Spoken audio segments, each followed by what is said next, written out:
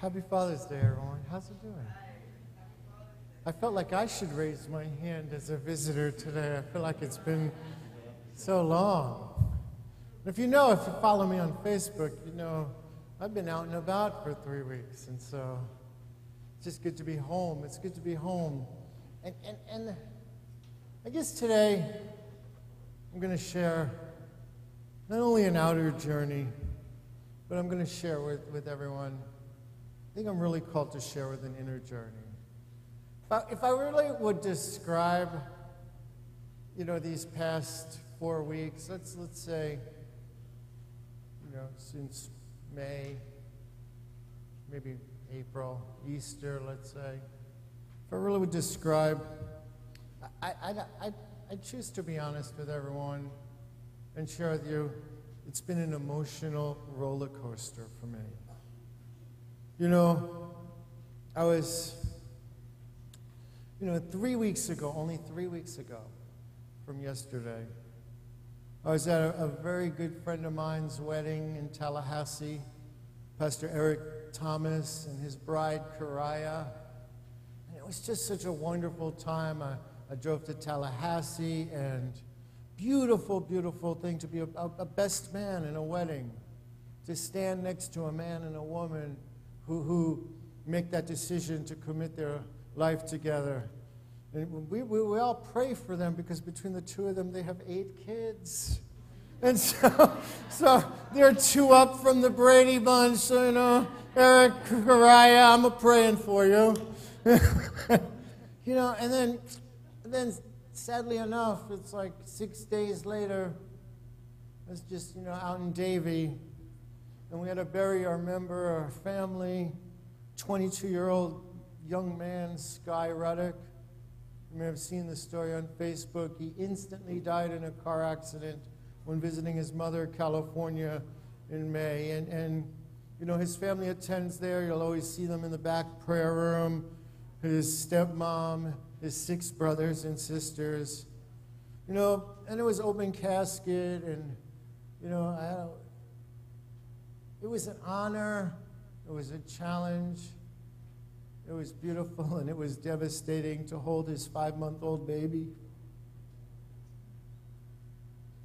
and his wife and just stand there and allow God to use me. You can see the roller coaster, huh? From a beautiful wedding, bachelor party where there were no pictures because there were 7 pastors. There is one. I allowed 1 picture, and then I confiscated cell phones, BlackBerries, iPhones. No, we were good. We went to a jazz club. In fact, I took him to a jazz club, and they were all pastors from Georgia and Gainesville and everything. And I got my friend who's an FSU frat boy, who's now in the doctorate program, to recommend a place. So they were all following me, and I'd never been to the place. Remember the juke joint in the color purple? Well, that's where it looked like I was taking all these brothers. And they're like, where is it? I mean, they were scared. You know what I mean? Here's this white guy bringing them, and they're like, they were looking white, It was a great time. And then 6 days later, to be a part of that funeral, and, then 12 hours after that, I jump on a plane for 15 days in Kansas City. I was originally scheduled to go that day, but we obviously made changes. And the first part of that journey at Unity Village in Kansas City is I'm one of about 30-something ministers who serve on the licensing and ordination committee. And there were 8 young students ready to graduate, and another 20 or 30 that were, you would think of them as, let's say, midterms, And we meet with them, and we question them, and we pray with them. So it's profound and it's serious. Because at the end of that week, we come together and we pray. And I'm happy to say all of the 8 applicants were ordained Thursday night. And so, young ministers. And one of those young men who were ordained is Reverend Ogun Holder, who I'm very proud of because I was in class with his wife. Reverend Jennifer Holden, and a beautiful couple and musicians, and I've already told them that, you know, you've got to come here one time in November. Well, I actually said September, but he said, can we come after the heat season starts? And I said, sure, because they're musicians and they're singers and they're both ministers. So I think Reverend Tim and I and the whole music team should just get a Sunday off. And you know, we should let, you know, Reverend Organ and Jennifer just, you know, minister to us. But the licensing and ordination process, it's, like I say, it's work because it's taken seriously to ordain. You know, I went back and looked at my own ordination video, and it's on Facebook. You could see it. You know, I like, from the ordination breakfast, I don't know, till the reception afterwards, I was like weeping the whole day. It was a very emotional day. So to sit and watch a new class get ordained brings up all of my feelings. The fear and the honor, the glory and the doubt, the questions and the answers. And so now we're on this roller coaster and it continues. And then we have the Unity Worldwide Ministries Conference. You know, I had 2 days off, and I literally, like, you know, just sat out, and, you know, around the pool, or I couldn't even do very much. I don't know if you saw, I ate once or twice. If you're my Facebook friend, you know, but I just watched Netflix because I just needed that inner time. I really, you know, I just didn't even want to, like, get dressed for a few days, and you'll understand why in a few minutes. And so then the conference comes, and the conference is wonderful, you know, 300-400, you know, ministers and board members and Unity people, licensed teachers and musicians, and just members of churches show up. And we have workshops and breakout sessions, and there's music every morning, every afternoon. There's music every night. There's speakers, there's receptions, there's dinners, and it's wonderful. You know, and again, though, you know, I don't know if you know this, it's like, through that association conference, through the minister conference, but I don't know if you know, like, you know, it surprises me, even to this day, but there's conflict in church. Did you know that? It just blows my mind sometimes how, like, you know, 400 Unity ministers can show up, and you know, a handful of ministers can show up, and everyone has the right to think and disagree and agree and be a part of it. But, you know, it's like you just think church people could do it in a better way. That's a judgment on my part. I own it. Remember, I'm sharing with you, you know, my roller coaster. And you have to do a lot of inner work because you don't want to judge back. And then when you catch yourself judging, you have to be like, no, that's not who I am. That's not who I want to show up here. Maybe it slips out sideways, but I want to just grab it back and say, no, I want to do it anyway. I want to be loved anyway. I want to sing peace anyway. You know, and so the conference is wonderful. But, you know, the conflict, and I'm just thinking, man, I could have stayed in my own church for this. Like, I did not have to fly to Kansas City. I mean, I could have just stayed here.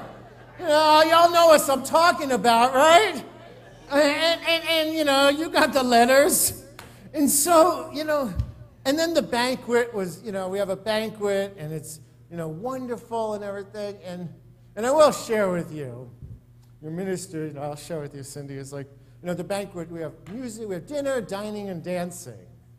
You know, and I was, you know, went to the seminary at 40, and I got ordained at 42. You know, when I was 21, you know, I was in Studio 54 in New York, you know, and I can dance. You know, and you know, we had a lot of fun, but I'll tell you, you know, I represented you. I represented you on the dance floor. You know, so, you know, it's exactly what these lyrics sang, and I knew that Cindy was going to dance to this, and I knew I personally, you know, wanted to really become one with this song, and I mean, God is great, but sometimes life ain't good. When I pray, it doesn't turn out the way I think it should, but I do it anyway. I do it anyway. This is the power that we have to express God. You know, the world's gone crazy. It's hard to believe that tomorrow will be better than today. Believe it anyway. Believe it anyway. And you know, I'll share with you my own history is that, you know, from Mother's Day to Father's Day, you know, I've attracted a lot of great mentors in my life. A lot of wonderful, you know, women and men who have mentored me, who have given me the strength and the courage to stand here before you. Believe me, it takes strength and courage just to show up today. Just to show up today. Just to continue, you know, today. Because sometimes, you know, the love that you feel with your heart and that people, they hurt you and they project on you and the storm just comes and tries to blow you down. And I know I'm not alone here. I mean, whose story am I sharing here? I can not only be sharing my story, you know, where love from your heart is taken away from you, where people let you down, where everyone has the right to believe what they have to believe, but you just have this expectation that we can handle it based upon the foundation of friendship and love and years and years and years that we've built up, and then it's just like exploding in your face. But the only choice we have is to believe it anyway, to sing it anyway, to dance it anyway. That is our choice. We have no power over people outside of ourselves. We have no power over situations outside of ourselves. You know, I had intended, you know, to do this great metaphysical interpretation of Elijah. And Elijah, you know, in his story series. And Elijah represents my declaration, and we all have a declaration to the world, you know, but I may open it up a little, but I'm going to finish it next week because I really just want to share what's on my heart. And I showed up at the airport yesterday, and gotta love Kansas City, you know, and I have to fly through Atlanta.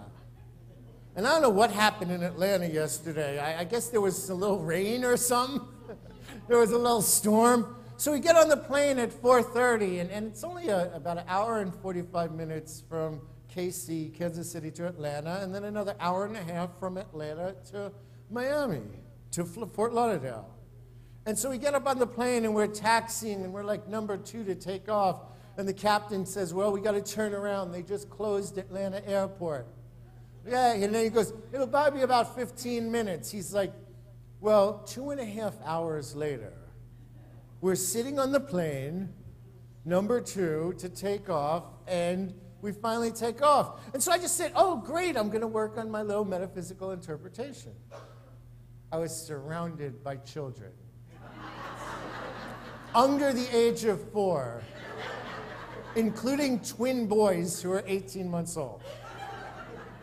Now, I love kids, so you know they can, you know me, I'll just like walk over them while I preach, man. You can just put them up here. I'll take care of them if nobody shows up in the nursery. But it's not the time you take out your laptop, you know, and start pulling out your metaphysical Bible dictionary. No, you just got to help those parents, you know what I mean? You know, because they're like, you know, you could just see the look of the mother of the twin boys, like, we're trapped in this plane for 2.5 hours. And then you could see, because they kept saying, we'll be out of here in 15 minutes. So you could, every time the announcement, you know, her eyes would just be like, you know, and so I'd be like, I'll hold them, I'll play with them a little while, you know. And so, but the history of this roller coaster and why I'm sharing this story for you is that, you know, my default from my youth when I'm overwhelmed, especially in times where I'm challenged, especially at times where I feel hurt or where I feel let down by the world, and including times where I feel joy and I allow myself to feel my feelings of love and appreciation, like that ordination service, like that wedding. You know, my default from my history is depression.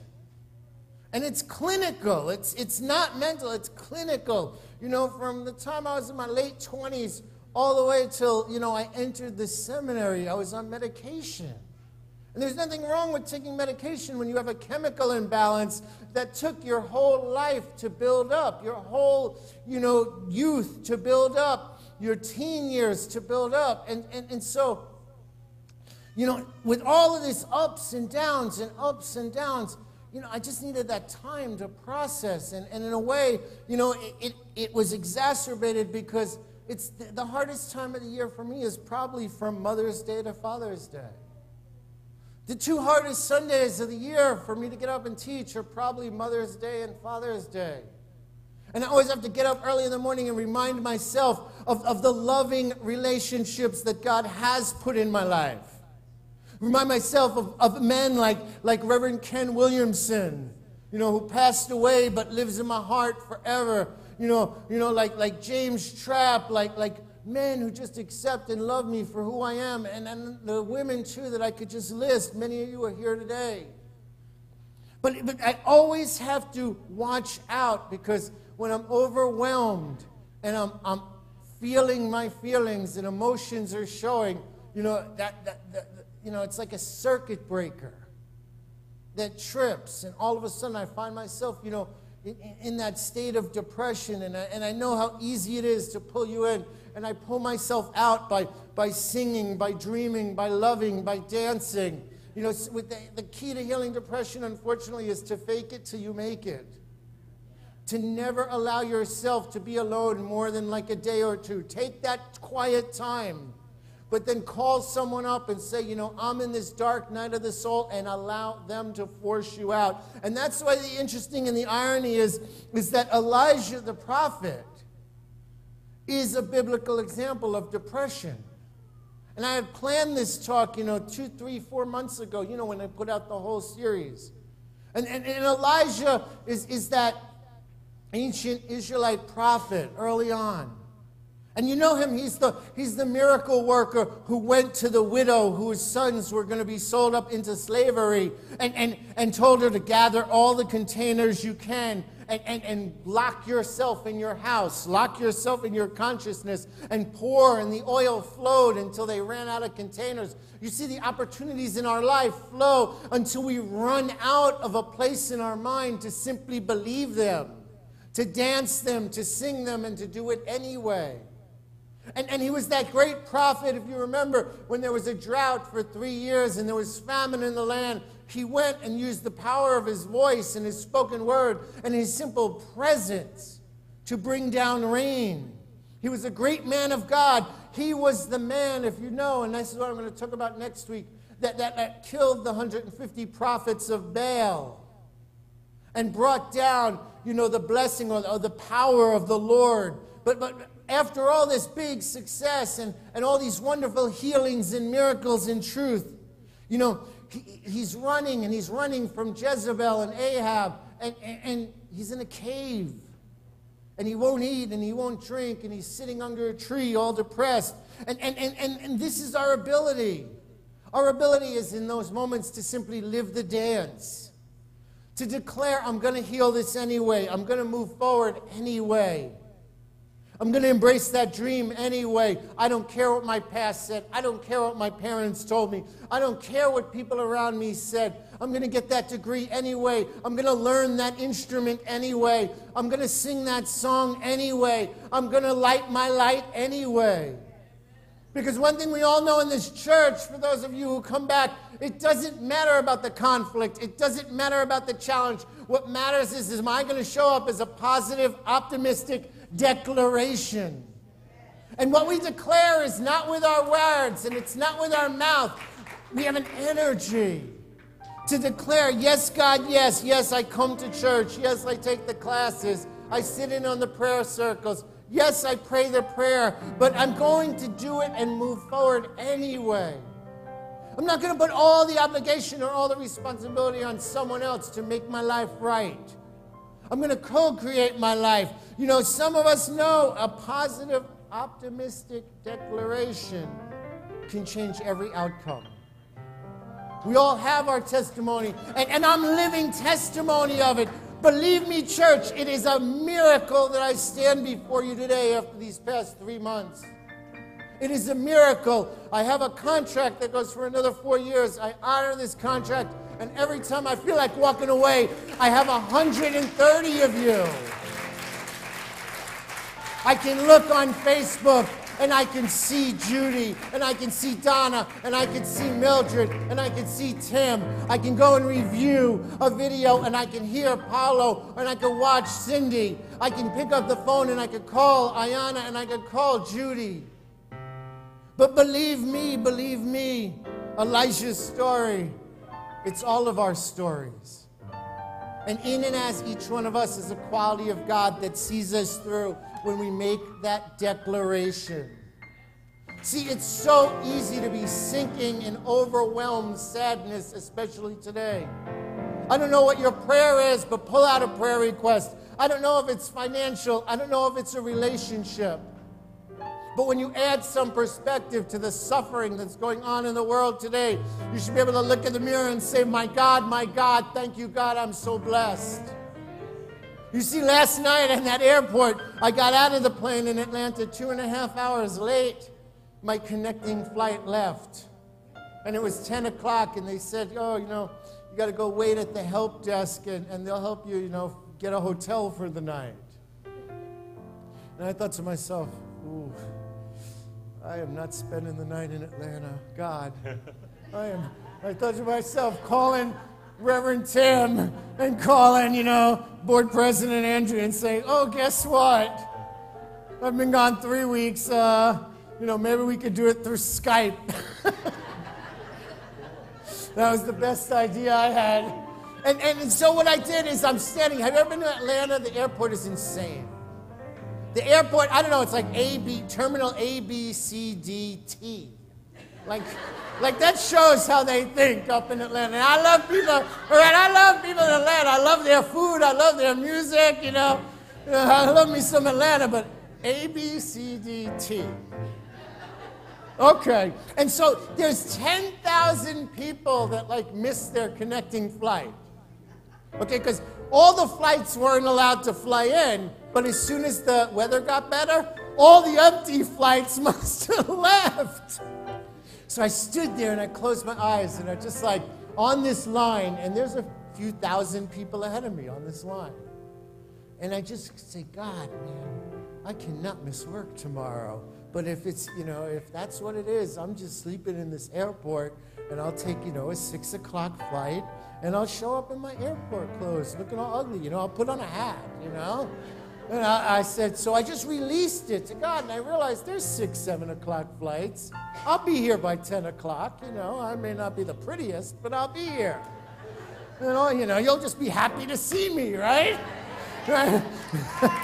and so I opened my eyes, and from across the terminal, like to the distance of the back room from here, there's one woman, and she seems to glow.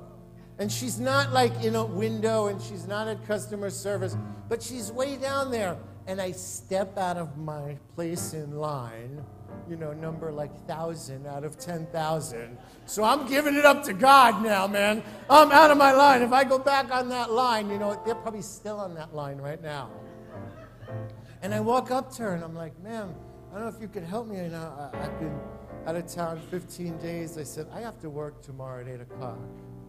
I said, I really have to be there tomorrow, but if I can't, I understand it. But I said, if there's anything you can do, to just look. I said, I'll go to Miami, I'll go to Fort Lauderdale, I'll go to Palm Beach. I said, I'll get somebody to pick me up. I'll get my luggage tomorrow. I don't care where you send my luggage. My body just needs to be in that church tomorrow if there's a human way possible. And she walks over to a computer, and she said, hurry, run to gate 19. I got a seat for you to Fort Lauderdale. All right? And the reason I share that is because those 10,000 people that were running around crazy in the airport, those are the 10,000 thoughts that run around crazy in our mind. When we're overwhelmed, when we're suffering from depression, when we feel alone, when we feel broke, when we feel hurt, when we feel wounded, when we feel sadness, when we feel lost. Those thoughts overwhelm us. But there's one idea that stands out. And we may have to look across a consciousness of resentment and fear and anger and doubt and pain and sadness. We may have to look over the years that the locust hath taken from us. We may have to look through, the people that we feel are trying to rip us and tear us down. But in the back of our mind, there's a God idea. And if we simply make a declaration, where is God in this? The idea will glow. That woman, she glowed out of the insanity of thousands of people running all over the place, pushing each other. There's one woman that I just was called to. And that is what goes on in our mind. And so on this day, I invite each one of us to recognize we move forward from wherever we are today. We move, we travel. It's not a straight line, it's a roller coaster. But there are two ways to ride a roller coaster, One is like this, and one is like this. How do we want to ride life, church? Throw your hands up. Trust the power and the presence of God. Throw your hands up and trust the life and the love of God. Share your prayers. Take our classes. Have some faith and see through anything that obstructs God. Because truly, anytime we build a fence, something about fences is we build it with a gate. Did you ever see somebody build a fence with no gate? But we do that in our mind. We put the blessing, that lady, the answer, the love, the healing, the abundance, the prosperity. We put it outside, and then we build our little mind in a gate, in a fence. And allow a gate to open up today. We don't need the whole thing. We just need a gate, an idea. And so, Tim, let's take everybody into prayer for a moment. What is your idea? What is your declaration? Who shows up before you show up? What vibrates in you right here and right now? I know optimism. I know health. I know the life and the love and the power of an indwelling God is present in you because you're here. Those of us who are attracted to this church, it's a God idea. We don't care anymore what's going on outside the church. What we care is who shows up inside the church. Who shows up inside my mind? Who shows up inside the cells of my very body? I declare healing right here and right now. I declare healing of the cells, of the spirit, of the soul, of relationships, of each and every one of you. No matter what's going on, we do it anyway. No matter what's going on, we believe it anyway. No matter what's going on, we sing it anyway. No matter what roller coaster we're riding, let us just throw up our hands and just say, God, God, God, God, God. And so it is, and it shall be. Amen. God bless you all. God bless you. Thank you. Thank you very much. Thank you.